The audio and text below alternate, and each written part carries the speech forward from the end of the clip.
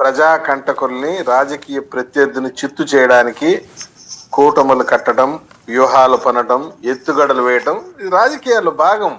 కాదు ప్రసాద్ గారు, ఈ సందర్భంగా ఒక వైకాపా ఎన్నికలప్పుడు జెండాలు జత కట్టడమే మీ అజెండా, జనం గుండెల్లో గుడి కట్టుకోవడమే వారి అజెండా అని పెద్ద ఎత్తున ప్రచారం కూడా చేశారు. అప్పట్లో ప్రచారం చేశారు, పాటలు పాడుకున్నారు. అన్న సింగిల్ గా వస్తాడన్నాడు ఒక ఆయన, పులి వదలు పులిరా అనేది పులిరా అనే పాటలు ఇవన్నీ జనం మైండ్ లోకి ఎక్కలేదు సార్. అవి సార్ సింపుల్ గా ఒకటే అడుగుతున్నాను, 2019లో నిన్ను అశేషమైనటువంటి మెజారిటీతో ప్రజలు నీకు అధికారం కట్టబెట్టారు.